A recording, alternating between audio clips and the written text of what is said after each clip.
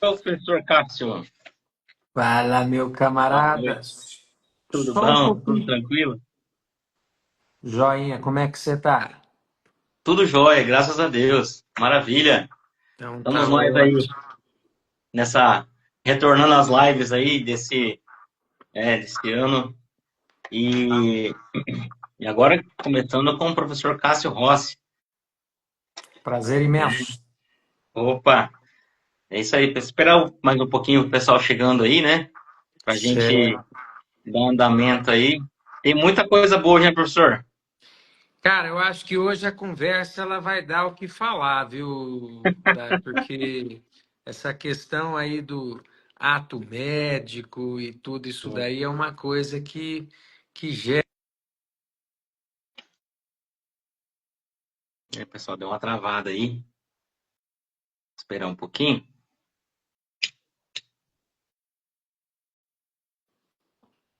Deu uma travada. Voltou, Voltou? professor. Voltou, deu Tranquilo. uma travada. É para testar, né? Para ver se a gente vai. É lógico, com toda É que o certeza. senhor começou a Eu falar. queria tentar, eu também, a minha experiência ela é pequena nessa questão do Insta. Aliás, eu Sim. sempre tenho o pessoal aqui, as lives de dia, o pessoal está me ajudando. Eu queria repostar aqui pro meu povo, mas qualquer coisa eu mando depois para eles aqui. Eu acho que deve Ah, ter alguma forma de compartilhar tem sim. como, mas eu não estou achando, não. Mas enfim, tranquilo. Isso daí depois a gente compartilha isso daí. Isso, vai ficar registrado aí no nosso, na nossa página, na página do professor também. E, É. e vamos lá, vamos com tudo. Eu acho que o senhor começou a falar que o negócio ia ficar meio complicado na live. Eu acho que até o Instagram ficou meio com receio, né? Você viu? Então, cara, isso daí não é assim mesmo, viu? Eu acho assim que esse tema, ele é um tema que hoje em dia ele é atual, mas ele vem desde 2013, né? Sim, E depois eu tenho certeza que você deve ter preparado algumas perguntas bem sim. capciosas, assim, e eu estou pronto para responder sem limite na língua, né, parceiro? Porque você sabe que comigo é assim, quem tem boca não manda soprar, É né? verdade. Tá certo. Com certeza. É bem isso. Bom, é, o professor o Cássio, ele é enfermeiro emergencista, né? Desde 99, professor. É isso? Me formei em 1999. 99. Tem várias especialidades aí na área, né? De urgência e emergência. Tem Bastante. um currículo aí que é um catatauzinho, como dizem, né? Dessa grossurinha assim. Cara, bastante, Bastante viu? experiência. É coordenador, né, de pós-graduação. Então tem bastante história aí tem bastante experiência para contar pra gente, né? Com toda E certeza. ele também reside na nossa cidade, cidade de Londrina, também é pé vermelho como eu, É e isso aí. é, e é a segunda cidade maior do nosso Paranazão. E o professor, e o professor veio com tudo aí com esse tema aí bem interessante aí, que vai tirar muitas dúvidas, né? Do pessoal, né? Às vezes cria um pouco de limitação nessa questão tem muitas dúvidas, né, a respeito da alimentação do enfermeiro, a respeito da alimentação do médico, né? E o professor, ele vai explanar um pouquinho aí desses limites aí nessa live de hoje. Eu acho que deu uma pausa aí, deixa eu esperar mais um pouquinho, vai retornar novamente.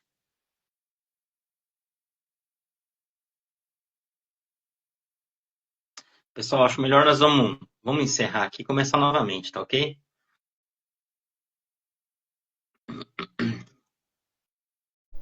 Vou chamar novamente aqui, pessoal. O professor Cássio deu um bugzinho aí, mas pelo Instagram, para dar continuidade. O professor Cássio já Bora está lá, entrando agora vai, novamente hein, aí. cara? Agora vai, agora vai. Agora vai. É, Então, continuando aí, professor. bora lá. E essa e por que o senhor decidiu aí a mergulhar no mundo da enfermagem aí lá atrás? O que chamou mais atenção aí? Dário, eu vou ser sincero para você. Quando eu fui fazer o vestibular, 1995, tá? Nós temos que lembrar que era uma época que não existia internet. Então, a gente não tinha um conhecimento tão profundo em relação às profissões. Eu fiquei entre enfermagem, direito e administração de empresas. O conceito de administração de empresas era que era uma faculdade que só fazia quem não sabia o que ia fazer, tá?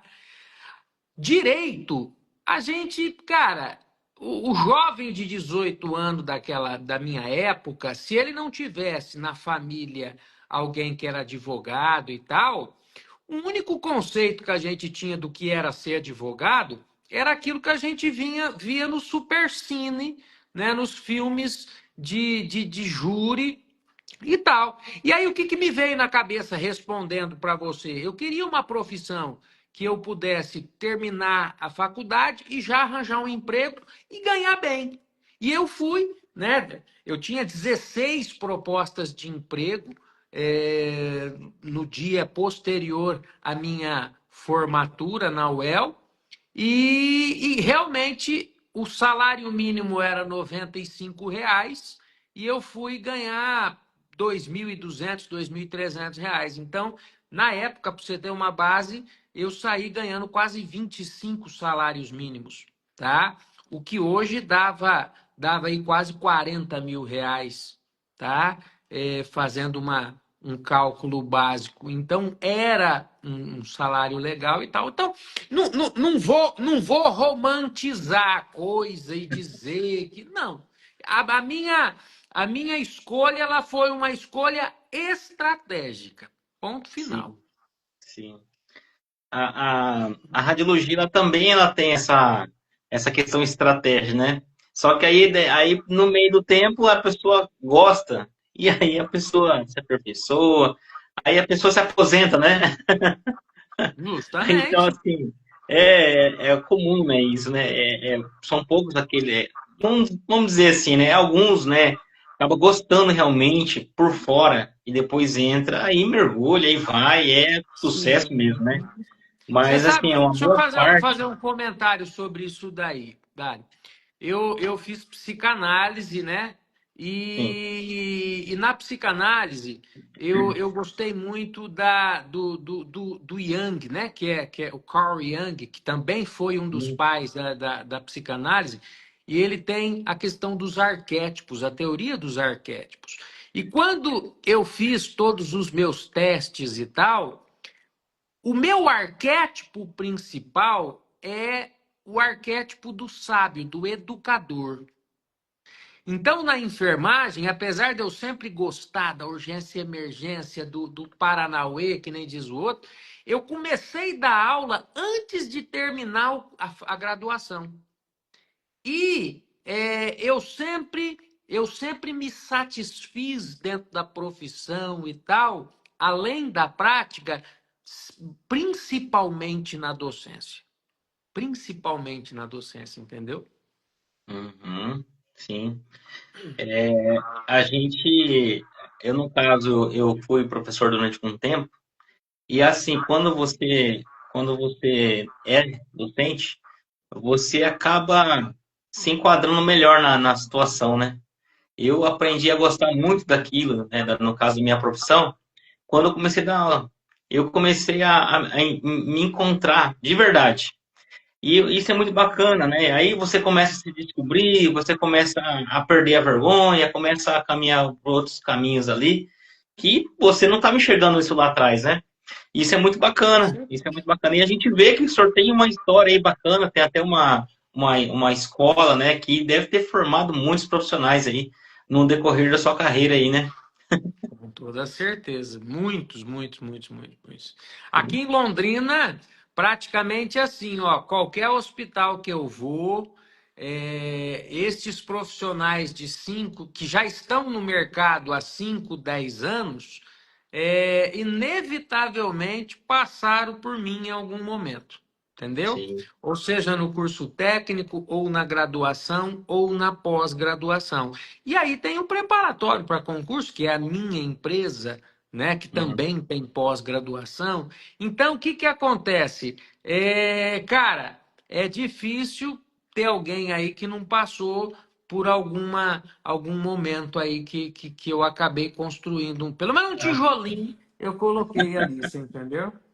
bacana. Bom, pessoal, já deu para conhecer um pouquinho o professor Cássio, né? O Cássio Rossi. Ele que é enfermeiro aí, emergencista. Ele que tem uma história muito bacana aí na área da enfermagem. Tá deixando o seu legado aí para muitos profissionais aí.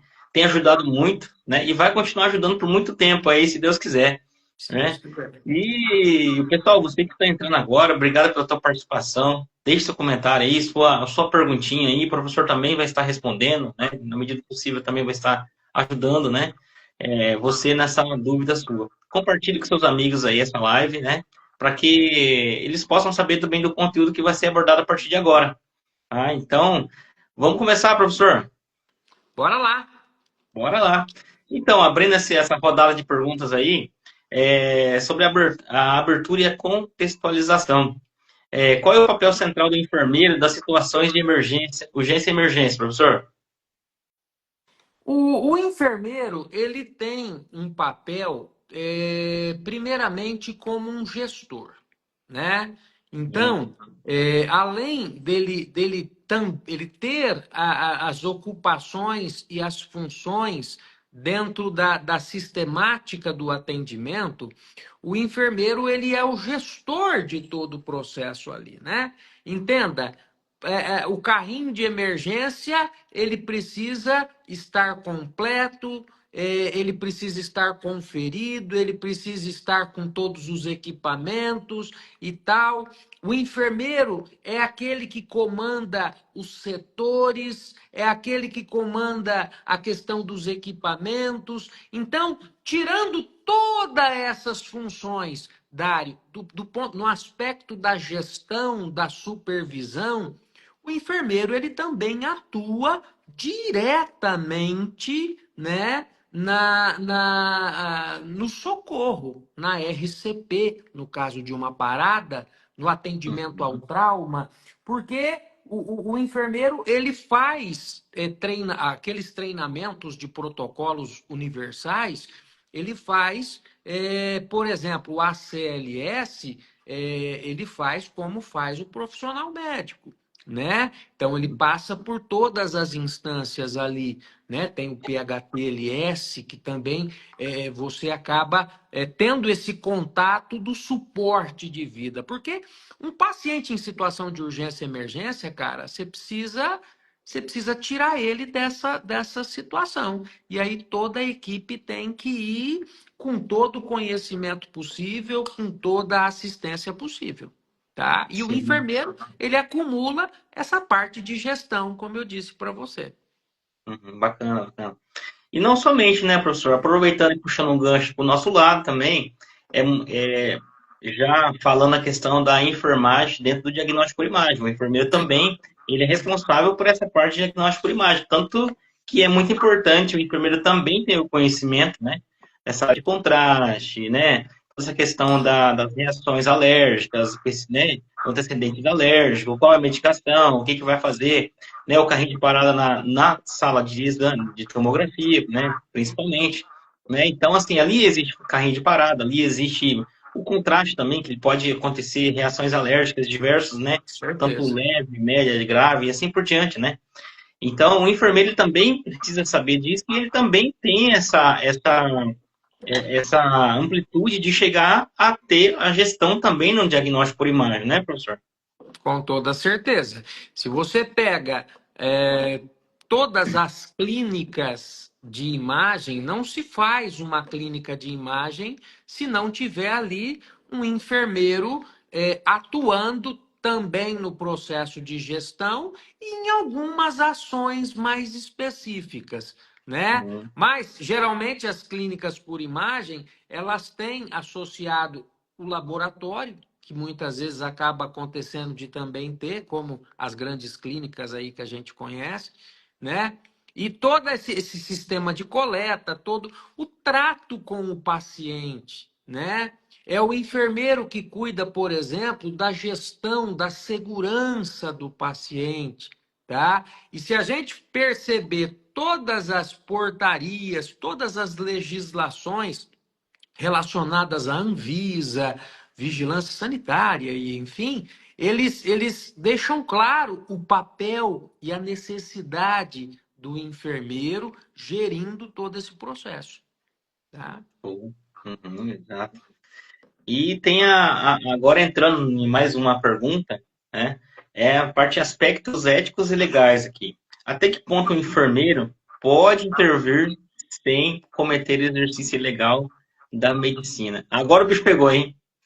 Agora o bicho pegou, né?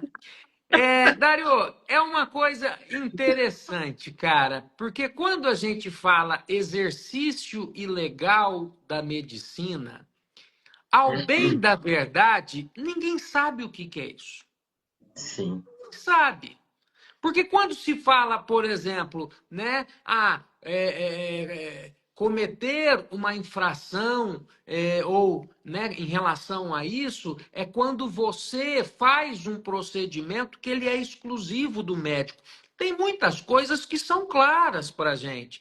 Um ato cirúrgico, né, uma cirurgia, é um ato médico. Alguns procedimentos mais invasivos é um ato médico. Só que o que acontece? Os médicos eles extrapolaram demais o termo ato médico, tá? Então, e isso fez com que todas as profissões praticamente ficassem amarradas, né? Como se o médico fosse o dominador e o conhecedor de toda a ciência da saúde. E não é por aí, né, meu parceiro? A gente sabe que não é. E respondendo à sua pergunta, refaz a pergunta ali, o finalzinho. Como é que é, o procedimento? Refaz a pergunta para mim, para eu ser objetivo dessa vez. Até que ponto o enfermeiro pode intervir sem cometer exercício ilegal da medicina? Tudo vai depender, cara, da situação. Quando a gente pensa, Dário, no SUS, nós estamos falando de um atendimento que pode estar sendo feito no HU de Londrina, que é uma mega potência de um hospital, É tá? verdade. Só que nós temos que pensar o seguinte, Dário, que aqueles ribeirinhos que ficam lá na Amazônia, tá? Eles também são atendidos pelo SUS. E aí, É, o que acontece? A ação desse enfermeiro dentro de um HU, de um hospital evangélico, é uma. Quando ele está lá, tá? Muitas vezes, numa comunidade onde não existe médico ali perto, o que acontece? Esse ato médico, esse exercício ilegal, ele precisa ser mais complacente. Ou seja, tá? É preciso admitir que o profissional de saúde que lá está possa salvar vidas, tá? verdade. Então, veja, pela subjetividade do termo, não dá nem para saber, tá? Verdade. Eu procuro dizer o seguinte para o meu aluno: não inventa de fazer sutura, por mais que você saiba. Não invente de querer entubar um paciente, por mais que você saiba. Só que há 25 anos atrás, Dário, eu trabalhava num hospital aqui em Londrina que eu praticamente tinha que entubar paciente dia sim, dia não. Por quê? Porque o médico que estava lá olhava para minha cara e falava: cara, eu não sei entubar. E daí? E isso acontece até hoje, hein? Você entendeu? E É daí? verdade. Sabe? Então, assim, a Deixa gente, comigo e só assina, né? Como dizem. cara, e a coisa tende a piorar muito, Dário. Porque nós saímos de cento e poucas faculdades de medicina para 400 faculdades de medicina abertas aqui no Brasil, fora todas estas outras faculdades que tem nos países vizinhos aqui. Eu estava conversando com um médico do CRM essa semana, tá? E ele me disse, vou te vender pelo preço que eu comprei. Ele me disse que em Pedro Juan Caballero, que é uma cidade que se avizinha, é uma rua, é uma avenida, né? Aqui é o Paraguai, aqui é o Brasil. É. Só nessa cidade tem mais de 3.200 pessoas fazendo medicina. Nossa. Porque lá não tem número de vaga.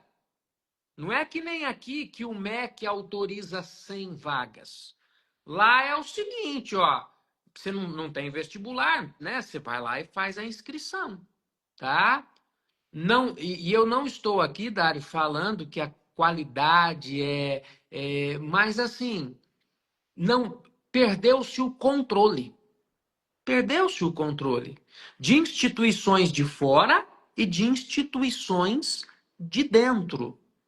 Instituições nobres aqui que a gente vê que, sem falar, Dário, que cara, ó, eu vou contar um negócio para você. A gente chegava na minha turma a matar 2 cachorros numa aula de farmacologia. Aí você fala, pô, vai voltar a matar cachorro na aula de farmaco? Não. Porém, eu pergunto para você, o que substituiu? Nada, bicho. Hoje o cara faz medicina aqui na UEL. Na minha época, até a gente que era da enfermagem dissecava, bicho. Você ia lá, você tinha o corpo, você olhava, você comparava em 1, 2, 3, 4, 10 corpos, se você quisesse. Hoje o cara se forma em medicina, ele não pode mais relar num corpo. Ele não pode dissecar um corpo, jamais. Então, assim, cara, é complicado, hein? Tá? Mudou muita coisa, né, professor? Teve uma mudança muito drástica, né, de alguns anos para cá, né? Eu lembro que no meu curso de radiologia, de técnico em radiologia, eu tive a oportunidade para realmente estudar no cadáver mesmo. Hoje em dia não se faz mais isso, né? Então, assim, tanto é que se você colocar uma balança, o técnico lá de trás, dos primeiros técnicos, né, que surgiram ali, com os técnicos de hoje, tudo bem que a tecnologia avançou, trouxe muito benefício, tudo, mas assim, eu falo, colocar a mão na massa mesmo, para realmente ver acontecer, né? É muito diferente. Então, os técnicos lá atrás, entendeu? Têm uma experiência assim, fantástica. É a mesma maneira os médicos, né? A mesma maneira o enfermeiro. Então, assim, os caras faziam coisas assim, meu Deus, de onde que tirou isso? Experiência diária. Não. Experiência diária, Parasitologia. vivência, né? Eu lembro uma vez que uma aula de parasito, a professora chegou, ela pegou de uma unidade básica de saúde, em 5 pessoas a gente tinha 200 exames para ler. E aí o que ela fazia? Tinha 6 microscópios assim, os alunos iam lendo, iam interpretando, vendo qual que era, né? E ela ia passando o olho e conferindo. Sim, Cada aluno que estava ali fez 40 exames. Isso sim. existe hoje? Não, cara. Hoje é muito na base da teoria, né? A É. coisa evoluiu, mas a prática ela é também muito importante, né? É. Chegou algumas perguntas aqui, professor. Eu quero agradecer as pessoas que chegaram na nossa live, estão aí com a gente nos acompanhando, né? Tem o Davi Barbosa, o Marcelo, nosso amigo Antenor Boniolo. O Antenor Boniolo até deixou uma pergunta aqui, ô meu amigo, um abraço. Professor, o senhor acha que o avanço da tecnologia deixou os profissionais de saúde menos técnicos e mais dependentes de laudos? Profissionais da inteligência artificial. Olha aí. Veja uma coisa muito importante, Dário. Nós estamos tendo uma quebra com a questão da inteligência artificial, que eu vou dizer uma coisa para você. O surgimento do computador foi um boom, o surgimento da internet foi um boom, E o surgimento da inteligência artificial, as pessoas ainda não se atentaram, mas ela vai ser um boom ainda maior. Tá tendo um estudo muito interessante. Isso é um dado, quem está assistindo aqui é importante. Eu gosto muito de ler artigos e tal. Os caras fizeram o seguinte: pegaram um número X de casos, jogaram para 4 inteligências artificiais, fizeram uma junção de 4 inteligências artificiais. E pegaram estes mesmos casos e colocaram para uma junta médica de 30 médicos. Você quer saber quem acertou mais? Eu vou te dizer. O acerto da junta médica foi de 26%. Eles acertaram o diagnóstico em 26% dos casos. O acerto das inteligências artificiais foi em 94,9%. E Nossa. aí, olha lá, as inteligências artificiais pediram 80% a menos de exames complementares. E mesmo assim tiveram quase 95% de acerto. Então, tudo vai mudar, Dário. Tudo, cara. Vocês, técnicos, cada vez serão mais necessários.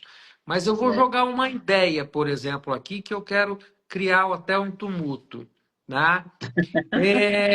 Algumas especialidades médicas simplesmente vão deixar de existir. verdade. Muitas especialidades. Muitas. Sim. Entendeu? A gente vê que professor, falar bem a verdade, até a função professor, eu acredito que logo mais vai desaparecer, viu? Porque tá demais. Você pergunta pro chat GPT ali as coisas, ele já fala tudo, até muito mais daquilo que você espera ele falar, ele fala. É, Tá, assim, tá muito avançado o negócio, né? justamente. Bom, professor, tem mais algumas aí para colocar aqui na pauta nossa aqui de Por hoje. favor, venha com a Protocolos problemática. e prática clínica. De que forma a implementação de protocolos de enfermagem pode reduzir conflitos à equipe médica?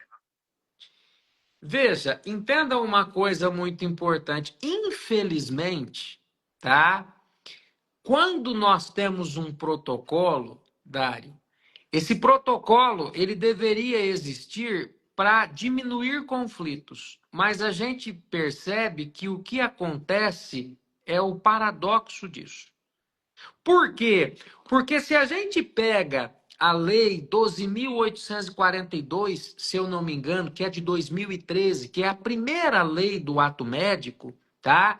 Lá eles colocaram de forma, de forma textual, que em relação à enfermagem, o que eles queriam era justamente acabar com a possibilidade do enfermeiro poder prescrever medicações baseadas em protocolos, que é aquilo que a nossa lei do exercício profissional ela permite, né? A lei 7498 de 86 ou o decreto 94406, tá? Então entenda o seguinte, ó, quando surge um protocolo que deveria amenizar toda a situação, cara, é aí que a coisa pega. Pô, ó, surgiu um protocolo que o enfermeiro ele pode, para agilizar, ele pode pedir exames para pacientes que dão entrada no pronto-socorro e que esses exames são necessários,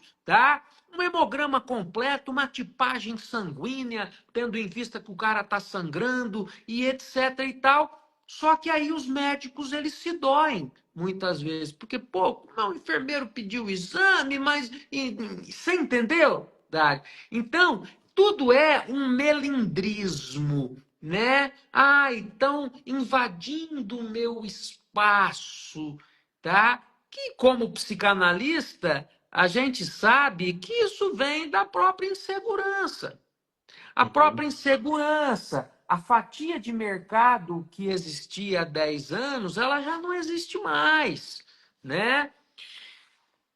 Dado importante, conversando, eu não vou falar o nome da pessoa, Mas conversando com esse médico do CRM aqui de Londrina, existe uma pesquisa do Conselho Federal de Medicina que já determinou, que nessa pesquisa eles disseram o seguinte: de 8 a 10 anos nós teremos médicos fazendo Uber. Médicos fazendo Uber. Por quê? Porque, ao bem da verdade, as pessoas não gostam de ouvir isso, mas eu disse, inclusive, para um médico amigo meu, esses dias, numa conversa informal, cara, vocês estão indo para a vala comum. E a vala comum é onde estão todas as profissões da área de saúde. Eu disse para você no início. Comecei em 1999, né? Como enfermeira, eu ganhava quase 40 mil reais dinheiro de hoje. Quanto ganha um enfermeiro hoje? É, 3 pau, 4 conto? O é, povo está brigando para pagar os 4 mil e pouquinho aí do piso salarial, como se fosse um salário astronômico. é verdade. Entendeu? Então, é terrível, cara. Terrível. Ah lá, Né? O M. Faria já até falou ali, ó. Já tem É várias isso, profissões Farias. fazendo Uber, né, meu amigo? É verdade. Ele faz, sabe que é a Márcia faz isso? É isso mesmo, né? Então, assim, todas as profissões estão entrando e o médico hoje é quase que uma profissão que não, pô, é impensável um médico fazendo Uber. Cara, mas não é assim não, bicho, É, tá? Eu tô vivenciando essa realidade na pele. O meu filho se formou em medicina na UEL agora, começo do ano. Ele está trabalhando, ele está atrás, ele está correndo atrás. Só que tem o seguinte, bicho, tem muita gente da turma dele que de março para cá deu 2, 3 plantãozinhos e não conseguiu mais nada, é. entendeu? Então, tá Sim. tenso. A questão ali dessa questão do limite da enfermagem, da medicina, né? É, como o senhor mesmo disse, né? Questão do ciúme, né? Ou talvez, poxa, você está invadindo o meu espaço, né? Tipo, o bom profissional é aquele que pensa no paciente, né? O bom profissional é aquele que tem, é sempre um bem comum, o paciente. Então, se o médico está atendendo um paciente lá, ele está numa intercorrente lá no outro setor, né? O enfermeiro sentiu a necessidade, viu a necessidade de adiantar algumas coisas ali, um raio-x, um hemograma, como o senhor disse mesmo, por que não fazer? Né? Para antecipar. Doutor, olha, já solicitei isso, ok, beleza, então tá bom. Doutor, já desce, já adianta e já acomoda o paciente, né? Ele já está assistido e já, assim sair o resultado dos exames, o médico vai lá e dá uma olhada, né? Mas tem médico que não gosta. Não, deixa que eu. Vai demorar 1 hora, 2 horas que seja. Não, eu faço, né? Então, é assim, é pesado, né? É pesado É o para. status também, né, Dário? As pessoas elas querem manter o status, né?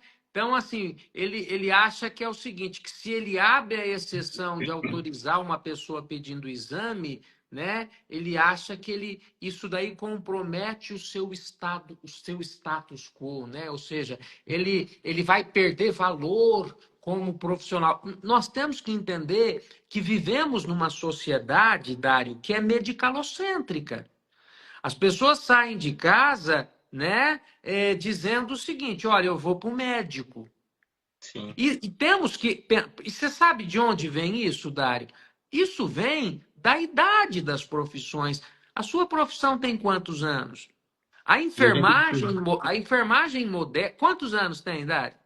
Ela me deu início em 1985. É assim, começou um pouco antes, né? Mas com aquele Mil vem cá que eu novecentos te e ensino, oitenta e né? Vem cá que cinco? eu te ensino. Só que ela realmente começou mesmo ali, de verdade, na lei mesmo, em 1985. 1985. A minha profissão, ela surgiu com Florence Nightingale, tá? Então, isso, cara, já no século passado, Uhum. tá? Quantos anos tem a medicina? A medicina, ela data de 4 séculos antes de Cristo, cara. Sim, Então, a medicina é uma profissão que hoje ela tem quase 2.500 anos. pois Então, é. você entendeu? As pessoas não entendem o medicalocentrismo, ele vem de onde? Vem de toda essa questão cultural, do berço das profissões, Sim. tá? O enfermeiro, se você pega historicamente, quem cuidava na enfermagem? Quem cuidava na enfermagem, tá? Eram aquelas pessoas que marginalizadas da sociedade, né? Aquelas pessoas que viviam muitas vezes à margem e para ter um lugar para dormir e tal, elas se submetiam, por exemplo, aos leprosários, às tisiologias, sabendo que elas iam morrer daquelas doenças, porque não tinha cura. Entendeu? Tá? Por que que a enfermagem ela é uma profissão, professor, tão enraigada do sexo feminino e etc e tal? Porque o cuidado, né, da época da enfermagem, ele vinha. Ela sabia que ela tinha que cuidar da mãe dela, do pai dela, do sogro dela, da sogra dela. Então, o cuidado, desde sempre, ele já era ligado à pessoa da mulher. Entendeu? É, Então, faz a lembrar das parteiras, né, professor? sim, tá? Por isso a necessidade da enfermagem se tornar uma ciência. Sim. Tá? Não só a arte do cuidar, mas a Uhum. ciência do cuidado. Isso é muito importante. A Elisete, que é de São Luís do Maranhão, já Pois tive é, aí dando uma é, palestra lá no Circo da Cidade. Palestrei lá, toquei violão, arrebentei com tudo. é muito legal, né? É muito bom ter pessoas aí de outros cantos aí para o senhor ver como é que a internet não tem limite, né? Não Chega tem num lugar que limite, nem cara, não tem imaginamos. limite. É muito Saudade de São bacana Luís aí. do Maranhão, preciso voltar. Obrigado, Felizete, por tua participação aqui, viu? Muito bem-vindo aí. E deixa sua pergunta aí, passa para os amigos aí do norte aí, entendeu? É muito bacana ter vocês aí, viu? E todos aqueles que estão participando também. Professor, bora para a próxima? Bora. Bora lá. Relação com o ato médico. Quais situações geram mais conflitos aí entre o enfermeiro e o médico durante a emergência? Ah, agora o negócio ficou Cara, quente, hein, eu professor? acho. Já deu uma Ah, esquentada aí o negócio, né? já. Só que eu posso falar uma coisa para você. Eu acho que a grande disputa em relação ao ato médico, ela foge um pouco da sala de emergência, Dário, Sim, tá? Eu acho que as grandes disputas, elas estão hoje no campo da estética, tá? Por exemplo, o que aconteceu com a acupuntura. Quando a acupuntura chegou, os médicos davam risada. Pô, você vai curar o troço lá colocando uma agulhazinha, né? uma Quando sementinha, né? eles perceberam que a ciência era algo diferente, era uma medicina chinesa, era algo diferente, só que eles perceberam que funcionava, tá? E eles perceberam que dava dinheiro. Aí o que que aconteceu? Vamos tomar pra gente. Cara, vamos tomar, eu vou usar logo esse termo mesmo. Vamos pegar para a gente como uma especialidade médica. Só que nisso, Dari, já tinha outras profissões fazendo. Então, as discussões do ato médico tá muito nisso daí. Você quer ver? Posso te falar um absurdo do ato médico, que era algo assim? Por isso até que foi aprovado, a Dilma Rousseff foi lá e meteu a caneta e cortou mais da metade. Por isso que foi uma lei que acabou não pegando. Por exemplo, lá tinha que o médico tinha que ser o coordenador de qualquer equipe multiprofissional. Então, tem lá uma equipe multiprofissional para cuidar de tal coisa, não importa que o enfermeiro tem 30 anos de experiência e o médico se formou semana passada. Na ideia do ato médico, o simples fato do cara ser médico tinha que conferir a ele a coordenação da equipe. Aí, Cássio, como é que eu classifico uma lei dessa, né? Ou um tópico desse? Cara, astronomicamente estúpido. Estúpido. Entendeu? Veja, um fisioterapeuta, um psicólogo, ele não podia mais fazer nenhum tipo de diagnóstico. A pessoa teria que ir no médico, o médico passava qual era a fisioterapia que o fisioterapeuta iria fazer. Só que a ciência da fisioterapia, ela entrou onde no curso de medicina? A ciência da psicologia, ela entrou onde no curso da medicina? A tal ponto que existia, em 2013, as pessoas diziam o seguinte, que você vai precisar ir no médico, ele vai identificar as suas cáries e vai encaminhar você para que o dentista possa resolver as tuas cáries, mas quem vai fazer o diagnóstico é o médico. Ninguém mais poderia fazer nenhum tipo de diagnóstico, a não ser o médico, tá? E aí, obviamente, que a lei não, cara, não vingou por quê? Porque era estúpida, tá? Simples assim, né? Aí. Pessoal, que vocês estão nos acompanhando aí, algumas perguntas aí que eu creio que muitas pessoas aí têm esses questionamentos, né, na cabeça e não tem, talvez, pessoas para responder. E o professor Cássio está respondendo todas aí. E vai continuar aí. Tem mais umas três aqui para ele desvendar aqui. Esse porrete, vem com a problemática que eu vou com a solucionática. Isso aí, meu amigo. Bora lá. Situações reais, né? Dilemas éticos aí. Vamos partir para mais uma. Em casos de parada cardiorrespiratória, qual que é a autonomia real do enfermeiro aí? Veja, apesar do enfermeiro fazer o ACLS, é, o mesmo, obviamente que é o mesmo livro, é a mesma prova e tal, né? A única coisa que o enfermeiro não faz num RCP, tá?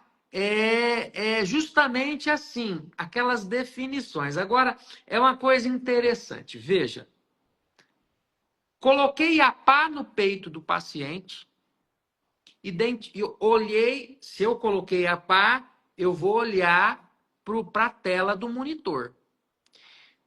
Pela questão formal da coisa, quem precisa dizer o ritmo que lá está é somente o médico. Por quê? Porque aquilo é um diagnóstico médico. Olha, o paciente está com uma fibrilação ventricular do tipo Torsades de Pontius, tá? Não, agora, veja, e quando acontece, por exemplo, do médico não ter o conhecimento ou a experiência suficiente para conseguir interpretar aquilo? Aí vem algo importante, Dário, a humildade do cara. Aquele médico que é humilde o suficiente para dizer, galera, me ajuda aí porque eu não tenho experiência, estou começando agora e tal. Cara, esse cara, ele se entrosa, ele vai ser respeitado, ele não vai perder o status quo dele até mesmo, tá? Só que assim, e aquele cara que mesmo não sabendo, ainda quer ser superior e quer mostrar que quem manda é ele, porque ele é Uhum. médico, né? Tem muito cara, bicho, ele não vai dormir se ele não disser pelo menos umas 10 vezes por dia quem é o médico aqui, entendeu? Então isso é uma besteira. Quando a gente fala que o médico está indo para a vala comum, né? De onde mora todos os profissionais da área de saúde, eu acho que do ponto de vista até de evolução, existe algo positivo nisso também. tá? Uhum. Existe algo positivo, porque entenda o seguinte, nós precisamos sair do medicalocentrismo e chegar no pacientolocentrismo. Ou seja, quem tem que estar no centro do atendimento é o paciente, não é o médico, parceiro. Simples Exatamente. assim, E tá? eu tenho quase 20 anos de hospital. O senhor deve ter um pouquinho mais do que eu, talvez?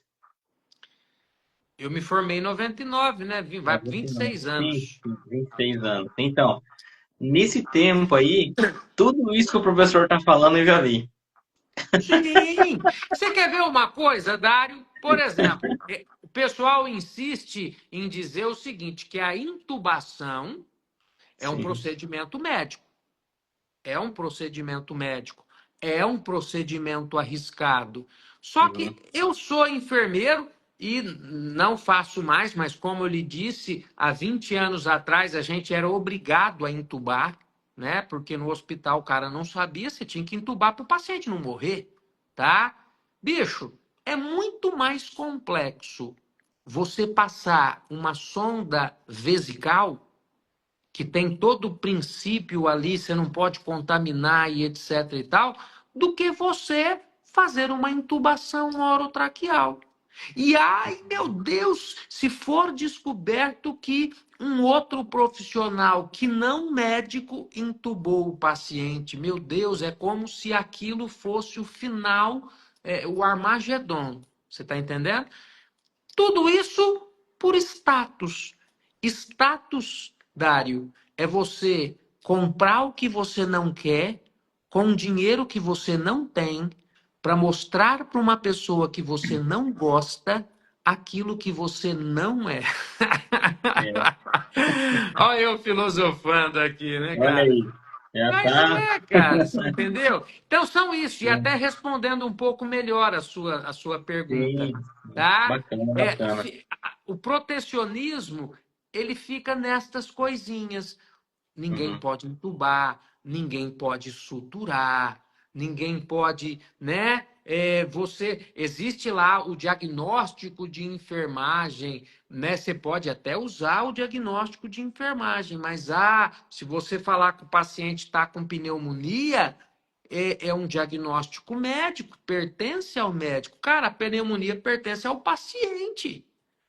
Se Uhum. eu olho para o raio-x dele, eu vejo um infiltrado ali.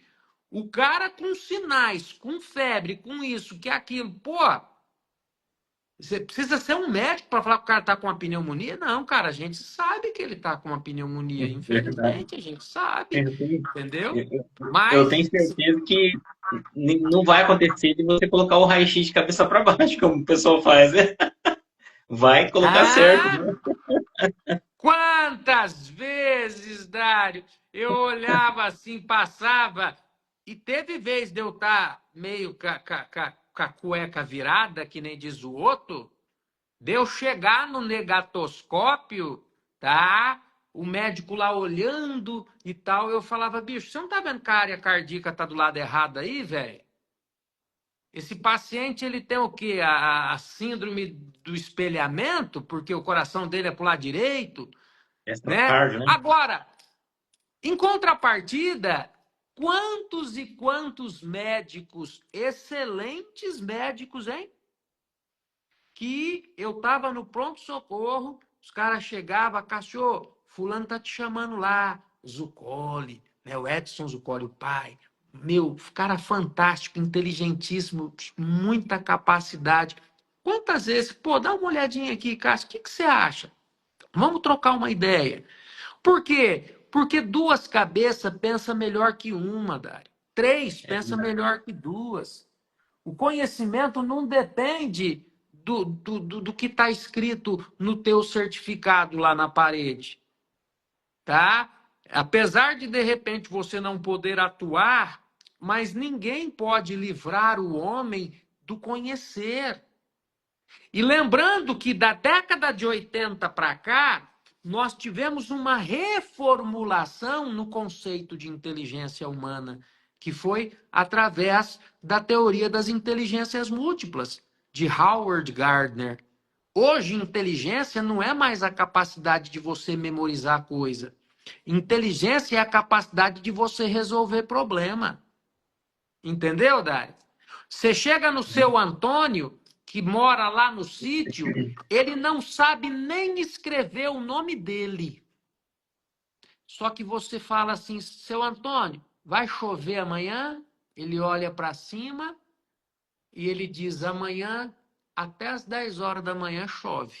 No outro dia, quando Exatamente. dá 15 para as 10, cai o pé d'água.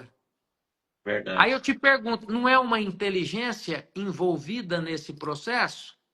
Entendeu? Verdade.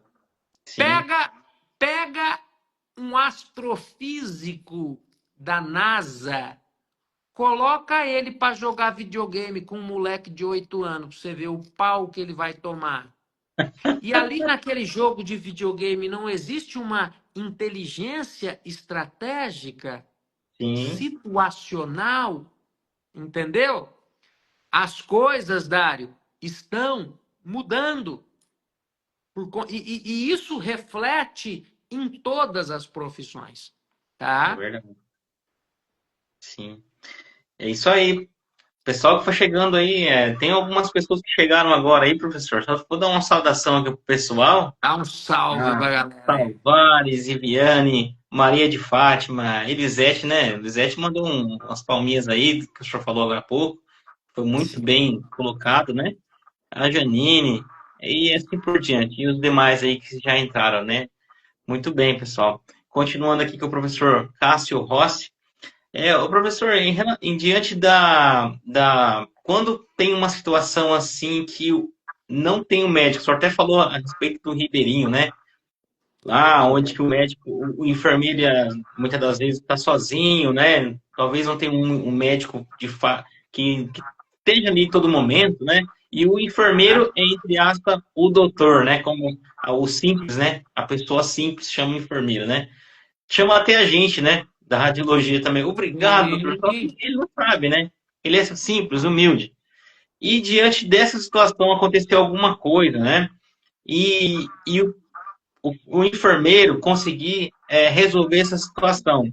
Ele pode sofrer algum dano, né? Diante dessa ação dele, caso o médico entre com processo contra ele, alguma coisa assim, mas é um detalhe, ele salvou a vida. Dário, eu explico isso para os meus alunos de uma forma assim a ficar bastante fácil de entender. Ó, o código de ética de enfermagem, ele é baseado naquela música do Ney Matogrosso que diz que se ficar o bicho pega, se correr o bicho come. Porque eu sou é homem, porque eu sou é homem. O mesmo código de ética Sim. que diz, tá? Ó, Código de Ética de 2017, tá?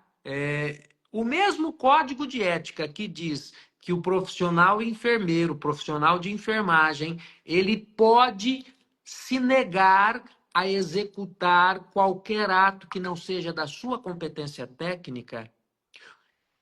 Aí vem o artigo 83 dizendo o seguinte, que é proibido ao profissional de enfermagem negar assistência de enfermagem em situação de urgência e emergência. Então, eu sempre dou o exemplo do seguinte, você está numa festa, aí você é o único profissional de saúde na festa, de repente você viu uma pessoa aspirando um pedaço de carne.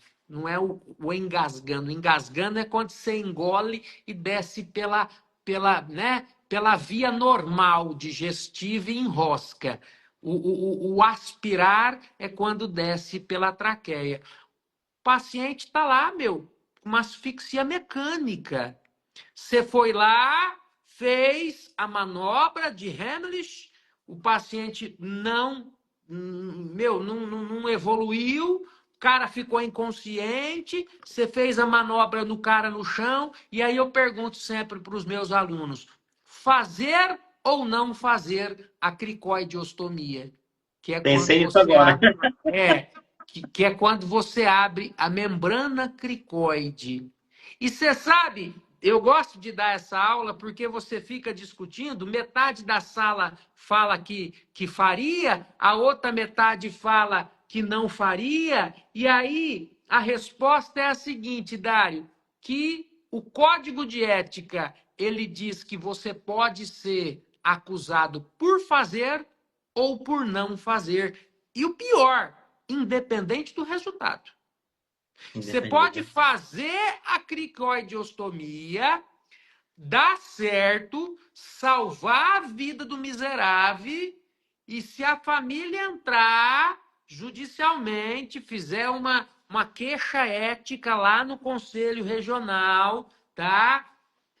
Porque, veja, salvou a vida do meu pai, só que cortou a goela dele, você pode ser penalizado, você pode, inclusive, ser cassado por ter feito algo que não era da sua competência.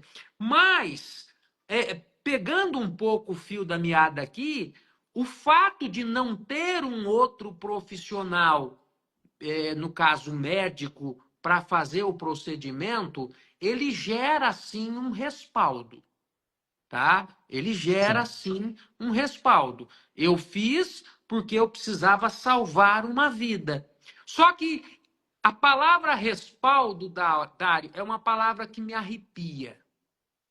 Por quê? Porque hoje o código de ética ele é tão subjetivo, a linha entre você ser ético e não ser ético é tão tênue que você precisa ficar o tempo todo pensando no tal do respaldo. Eu preciso me respaldar o tempo inteiro. Eu gosto de dizer o seguinte, ó, vamos supor, um enfermeiro é chamado para atender um acidente de carro. Tem duas pacientes. Uma paciente gravíssimas, as duas pacientes, tá? Quem você levar vai viver. Quem você não levar vai morrer.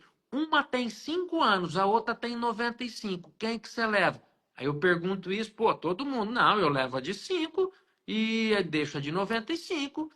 E aí eu brinco com a galera, pô, mas você foi acionado judicialmente, foi chamado no Corém, perguntaram para você por que que você levou a de 5 e deixou a de 95. O que que você responde?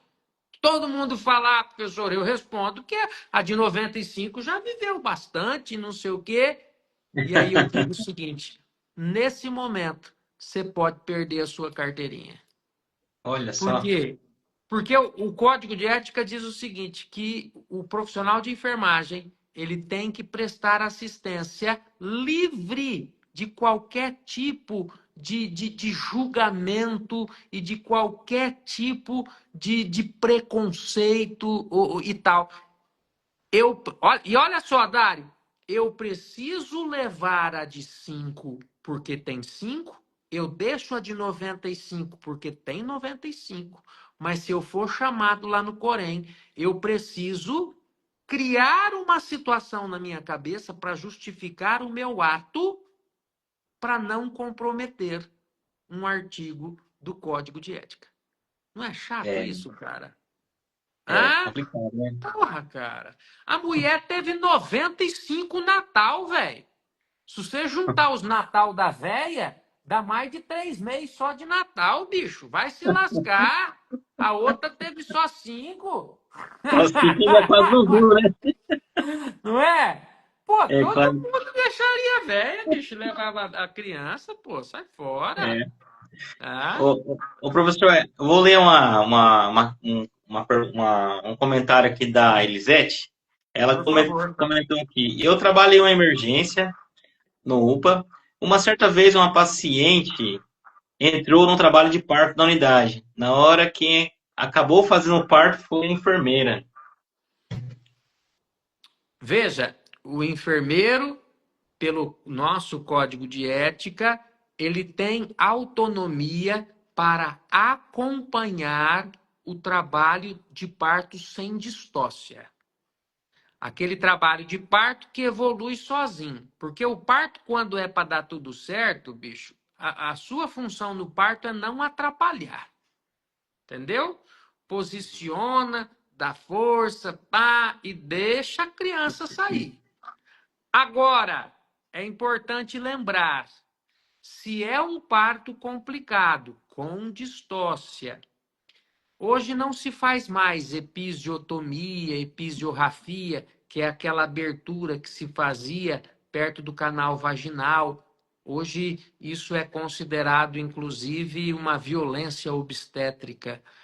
Mas entenda bem, existem esses partos complicados que aí só o enfermeiro obstetra que pode acompanhar, né? Um parto com descolamento prematuro, placenta prévia, enfim, essas distócias todas aí, o enfermeiro ele não pode acompanhar, tá bom? Mas no Sim, caso bacana. dessa enfermeira aí, pelo que aparenta, é um parto normal, que evoluiu bem. O enfermeiro ele tem autonomia, sim, para estar acompanhando. Bacana, bacana.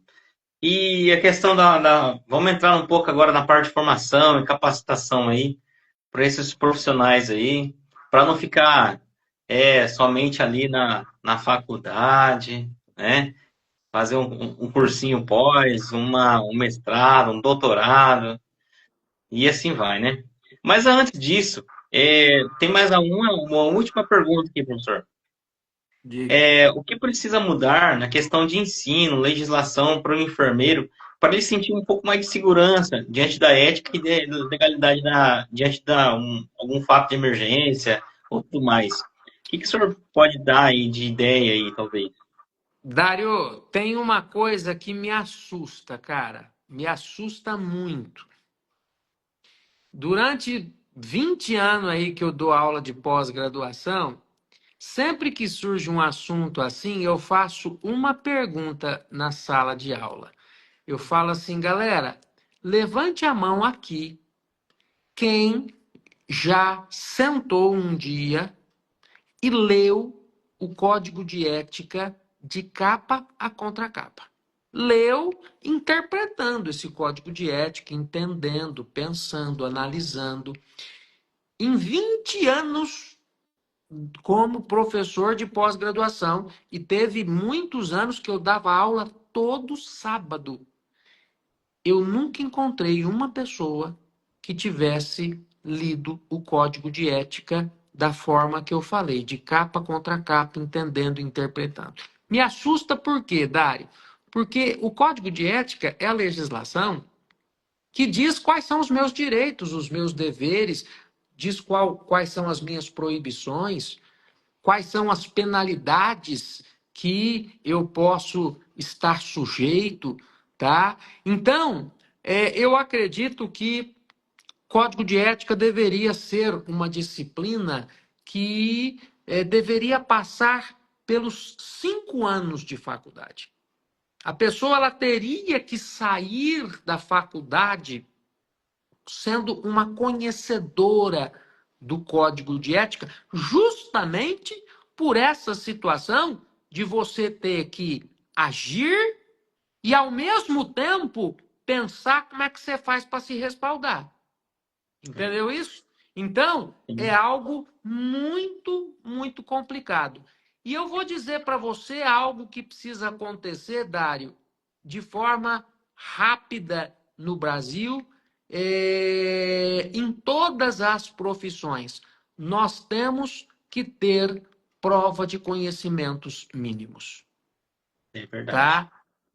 Em todas as profissões de pessoas de graduação, de tecnólogos e técnicos e assim por diante, tá? Sim.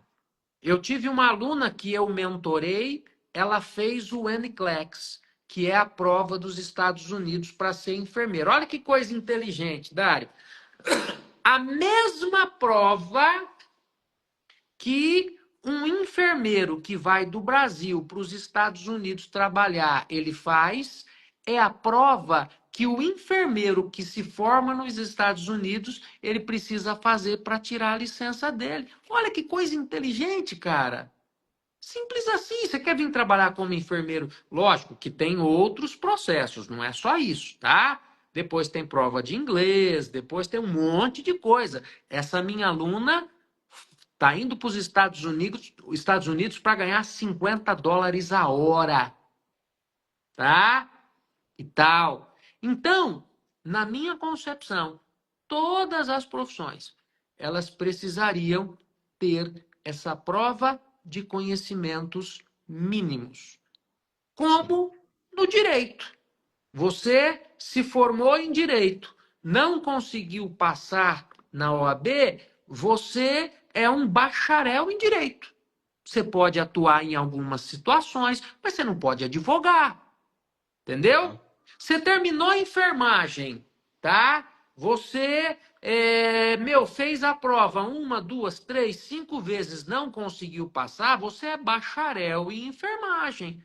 Você pode puxar e fazer a licenciatura, você pode, de repente, sei lá, ver uma outra forma, só que você tem que ter na sua cabeça. Para eu atuar como enfermeiro, eu preciso passar na prova de conhecimentos mínimos. E a prova já diz, cara, prova de conhecimentos mínimos. É o mínimo que você precisa saber para atuar como um profissional de enfermagem, como um técnico de radiologia, como um médico radiologista, como, entendeu? Tá? Sim, E isso deveria ter em todas as profissões, em todas as especialidades. Por exemplo, o cara que faz neurocirurgia como residência médica, ele faz não uma prova no final da residência, ele faz uma prova por ano. A cada ano, ele vai lá e ele tem que comprovar que o que é que ele aprendeu naquele ano. Entendeu? Por sim. que, que as outras profissões não vai ter? Ou É, não vão ter? Então, assim, na minha concepção, eu acho que a gente precisa atualizar isso. Nós temos hoje um excesso de profissionais saturando o mercado e aquela ideia das pessoas dizerem assim: olha, não, depois o mercado vai. Não, cara. O cara tem um belo de um QI, tá? O cara, a menina é casada com um caboclo bom da boca, o cara é filho de não sei quem, velho, ele consegue aquela vaga que muitas vezes era para ser sua. Um cara que está lá, está estudando, está firmemente, entendeu? Então, isso precisa mudar, bicho. Precisa mudar sim. rapidamente. Você concorda com isso, Dário? Concordo, porque na radiologia não é diferente, né? Na radiologia, eu também penso assim, porque poucas pessoas conhecem a ética, né, da profissão. Então, eu acho interessante, bacana colocar isso na grade, né, para que as pessoas saia dali, né, já pelo menos com o básico, né, para quando chegar em alguma situação, ela saber se defender, ela saber até onde ela pode ir.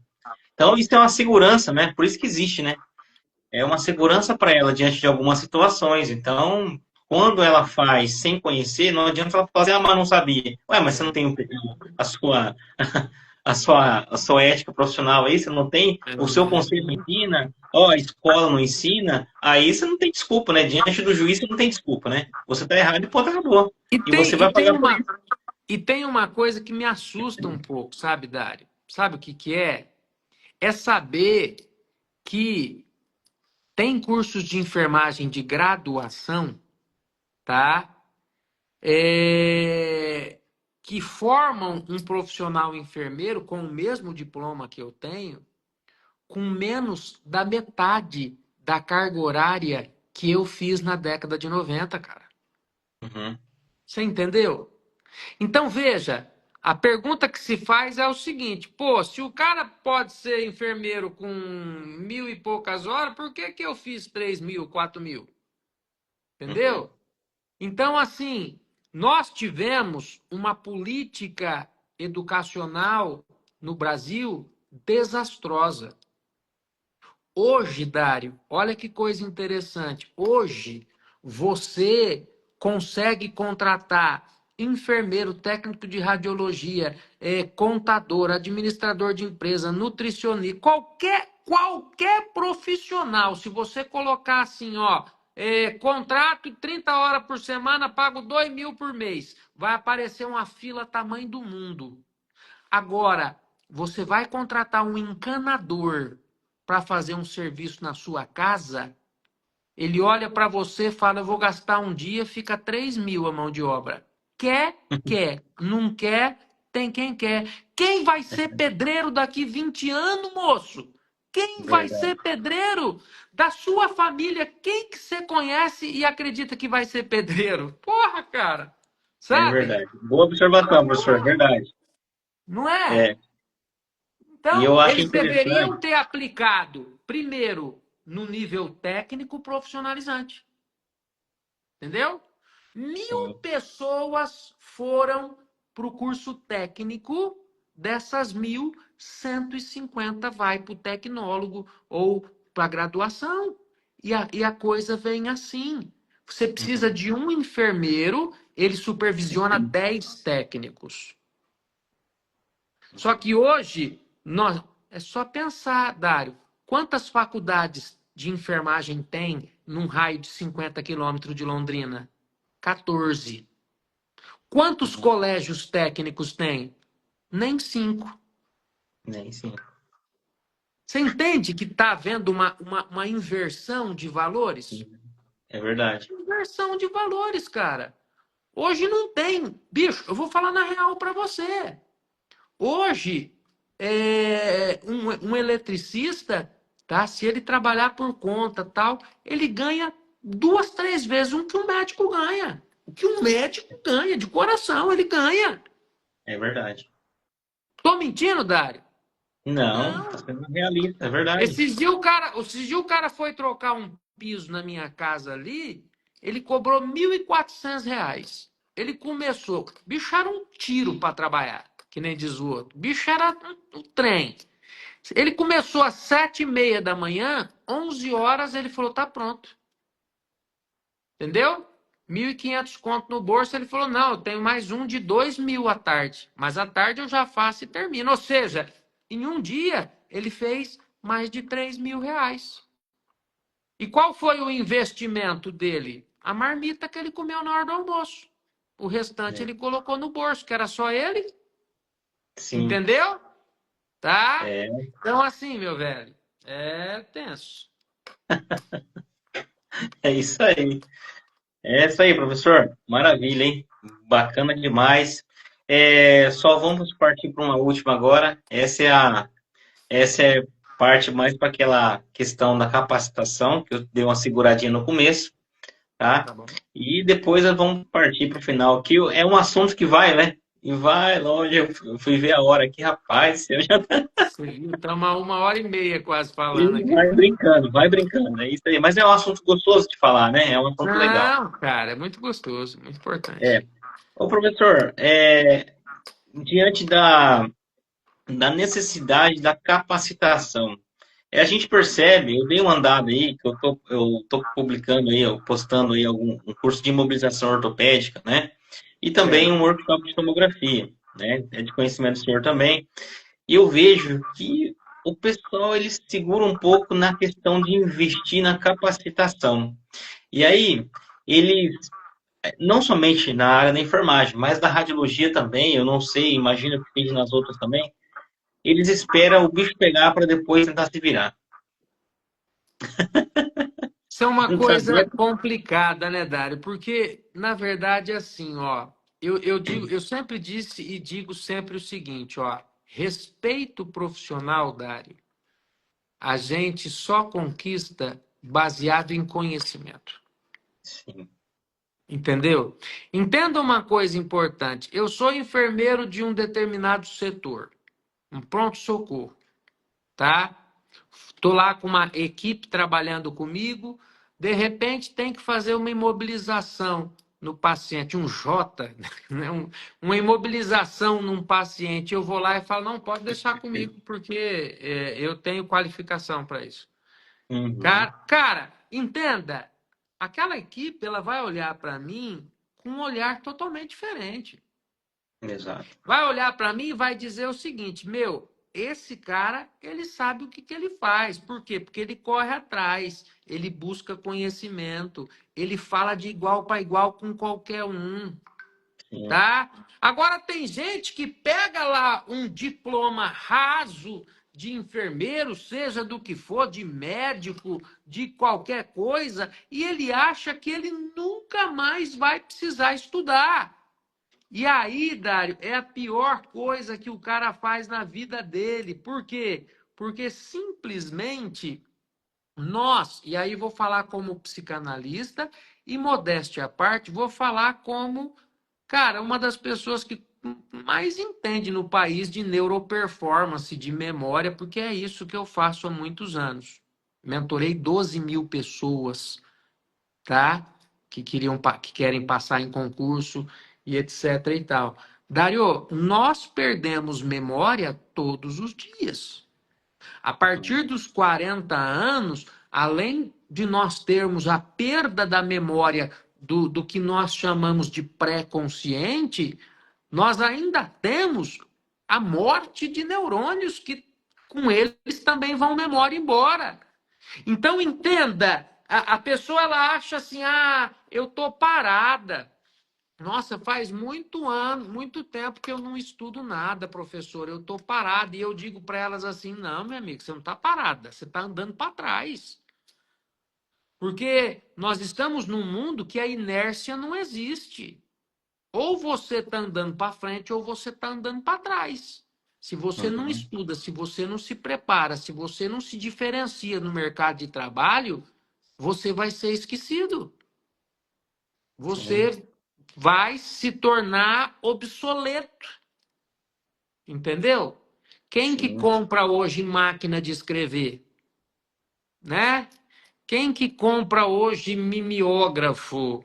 Ou sei lá o quê? Por quê? Porque faz parte do passado, não evoluiu. é Né? verdade.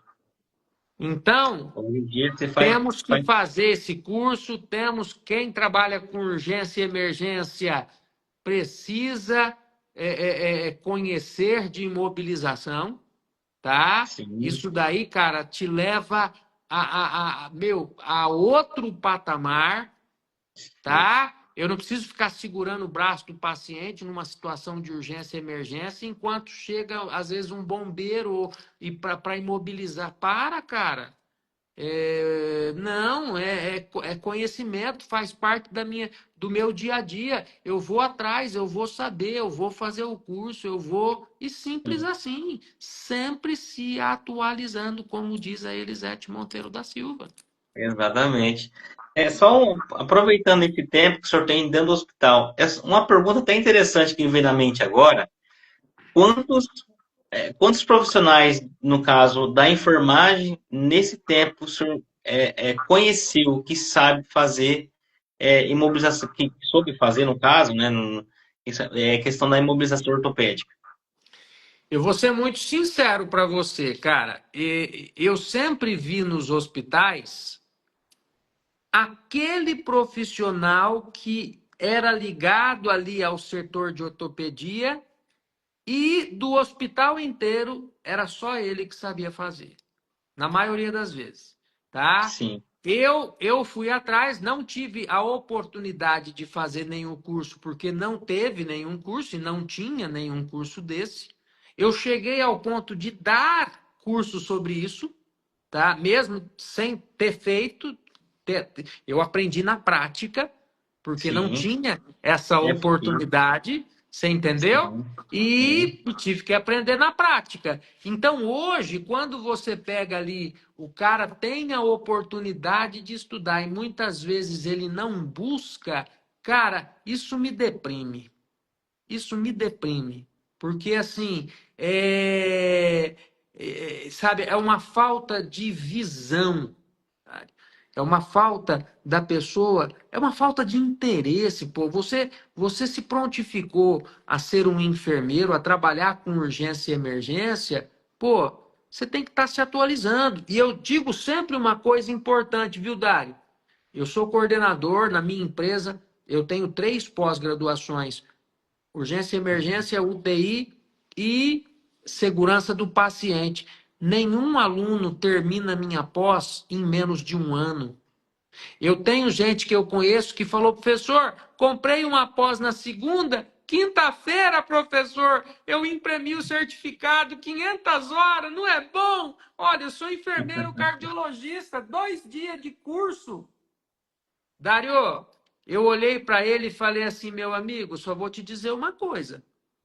O meritíssimo, quando você for processado, ele não vai te julgar pelo que você sabe. Ele vai te julgar pelo que você deveria saber.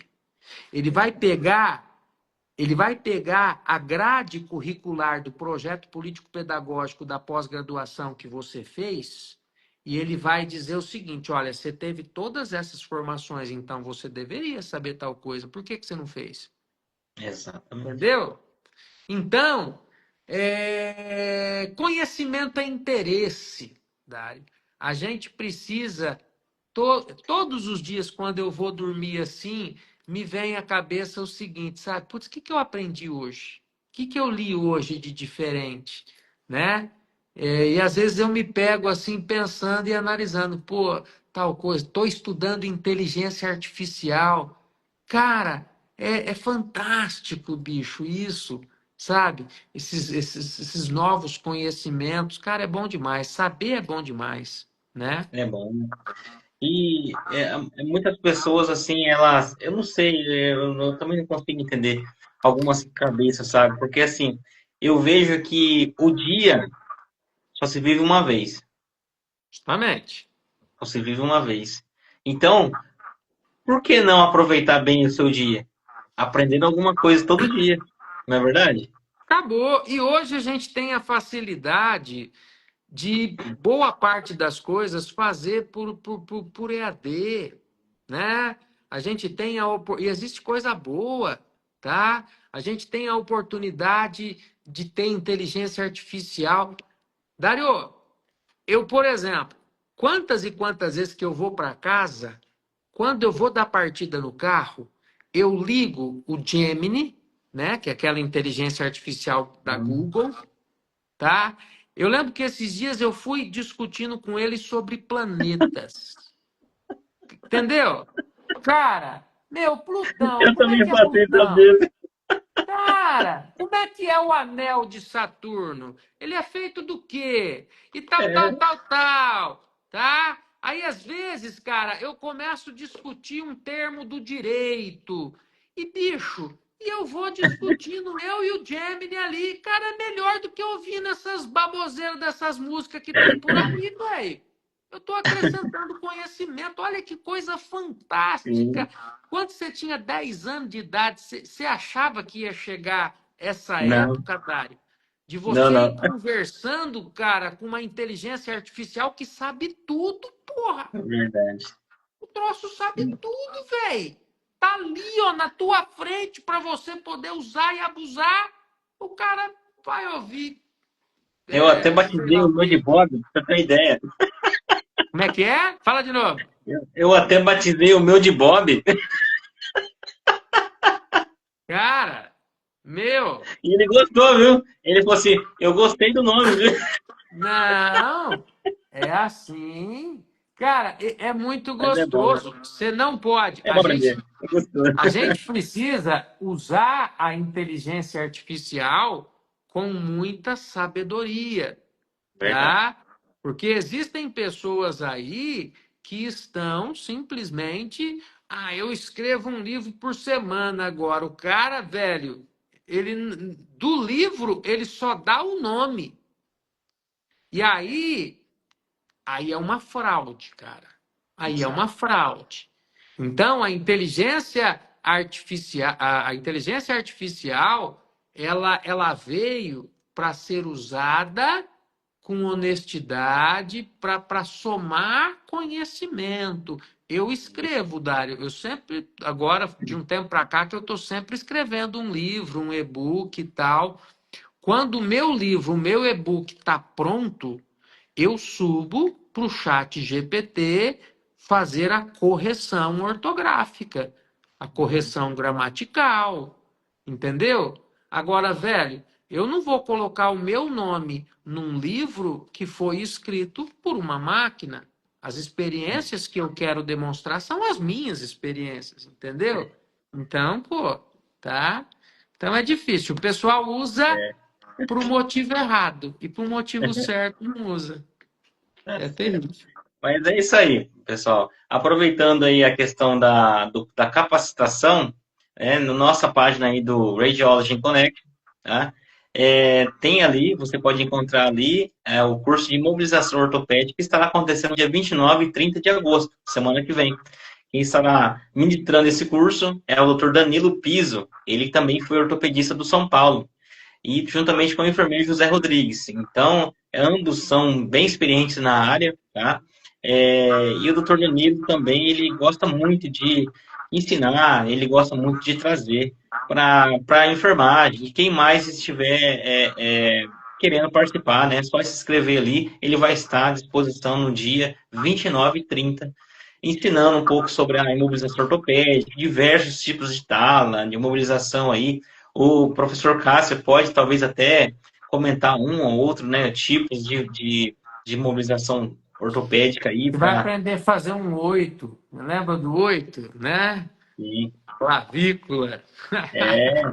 Então tem várias outras, né? Então que você pode estar aprendendo aí nesse curso, né? Então, pessoal, o meu telefone está ali, tá na página do evento, do Radiology in Connect. E também, o professor Cássio também tem alguns cursos, né, professor? Muitos. Na verdade, É. assim, galera, o primeiro preparatório EAD do Brasil é o meu, é o que mais aprova, tá? Eu já mentorei mais de 12 mil pessoas. Eu digo para você, sem medo de errar, que dentro desse conceito da neurociência de aprovação, hoje eu pego qualquer pessoa do ponto que ela tiver e eu faço ela chegar no ponto de passar em primeiro lugar em qualquer concurso. Porque o planejamento, a estratégia é o ponto certo da coisa. As pós-graduações, como eu disse, urgência, emergência, UTI e gestão da qualidade e segurança do paciente, tá? E mais algumas coisas aí por aí, máquina de aprovação, cursos da área de enfermagem e cursos também fora, dentro da área da neuroperformance, de comunicação, e também faço mentoria individual, mentoria em dupla, em grupo, para aquelas pessoas que querem acelerar um pouco o processo. Uhum. Se o senhor quiser deixar o seu contato aí, professor, nos comentários aí, para deixar à disposição do pessoal, ou talvez o Então, site.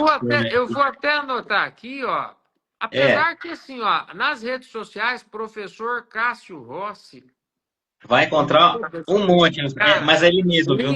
LinkedIn, Instagram, eu tenho meu canal do YouTube, que tem 160 mil pessoas. A partir da semana que vem eu vou voltar bem firme colocar os vídeos lá, mas eu estou à disposição. E o meu preparatório para concurso é o único que você vai ter o meu número mesmo. Tá? Isso Uhum. daí é algo que eu faço questão. Eu converso com o meu aluno, tem nada de estrelismo, não. A gente tem que fazer essa assessoria direta. Eu penso dessa forma, Tá tá? certo. E para a gente já partir para pro finalmente dessa live aí, que foi muito bacana, professor, antes de encerrar, eu quero agradecer aí a tua presença, a tua disponibilidade para estar aqui dividindo essa live comigo, tá? E aí, essas pessoas que passaram por aqui, deixou seu comentário, curtiu aí, passou a seguir a gente também, né? E eu quero agradecer de coração e dizer que amanhã teremos mais uma live com a professora Juliana sobre um spoiler sobre o workshop de tomografia que estará acontecendo no dia 13 de setembro. E na quinta-feira agora teremos também outra live. Então essa semana está bem recheada de live com o Dr. Danilo Piso. Convido até o professor, caso queira participar também. Na quinta-feira vai ser muito bem-vindo, tá bom, professor? Tá E também ótimo. ele vai tirar algumas dúvidas ali sobre como vai ser esse curso esse intensivão de mobilização ortopédica, tá bom? Professor, para Fantástico. fechar aí com chave de ouro aí essa live, eu quero lançar 4 perguntinhas. Isso eu não falei pro senhor, viu? Que é caixinha surpresa. Toca o pau, bichão. Vem cá. É, eu vou falar algumas palavras, o senhor fala para mim o que ela significa para o senhor, tá bom? Aí depois a gente parte para o encerramento. O seu primeiro desafio profissional, Meu como foi? primeiro desafio O que profissional? foi e como foi? O meu primeiro desafio profissional foi muito interessante. Uma sonda que eu tive que passar num paciente com paralisia cerebral, e aí vem a importância do conhecimento. Eu fui para a sala de supervisão, pedi para preparar o material, e eu tremia, feito uma vara verde, porque ninguém tinha conseguido passar aquela sonda, tá?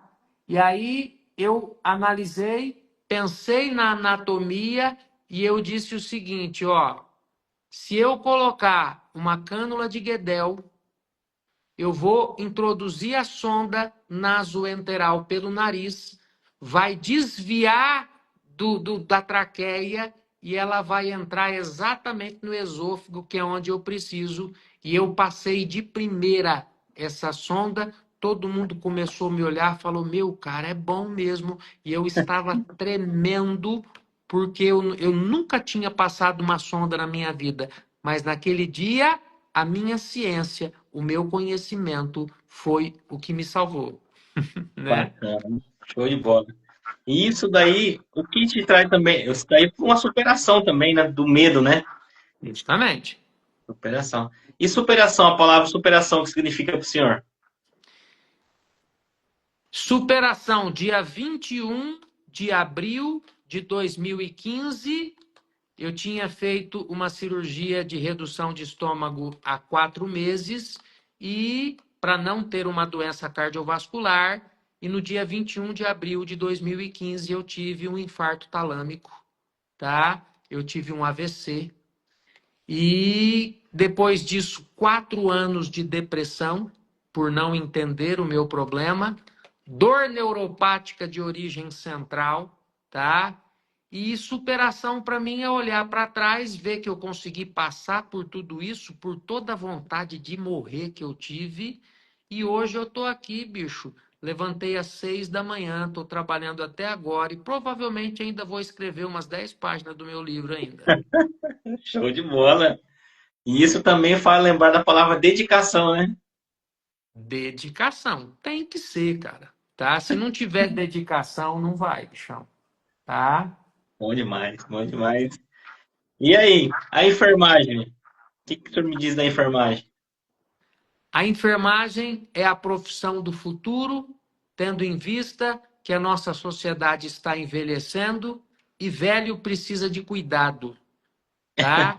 Então, nós precisamos aprender a respeitar a nossa profissão, precisamos aprender a tornar a nossa profissão realmente a ciência do cuidado e temos que, de certa forma, estudar mais, buscar mais, É entender verdade, mais. capacitar. Isso é fundamental.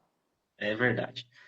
Professor, deixa só uma mensagem para os nossos participantes aí, para quem for assistir essa live depois, palavra de incentivo, sei lá. E aí nós vamos já encerrar essa live aí, que foi muito bacana. Estou muito feliz aí ter né, participado também juntamente contigo, porque eu sou mais espectador aqui do que.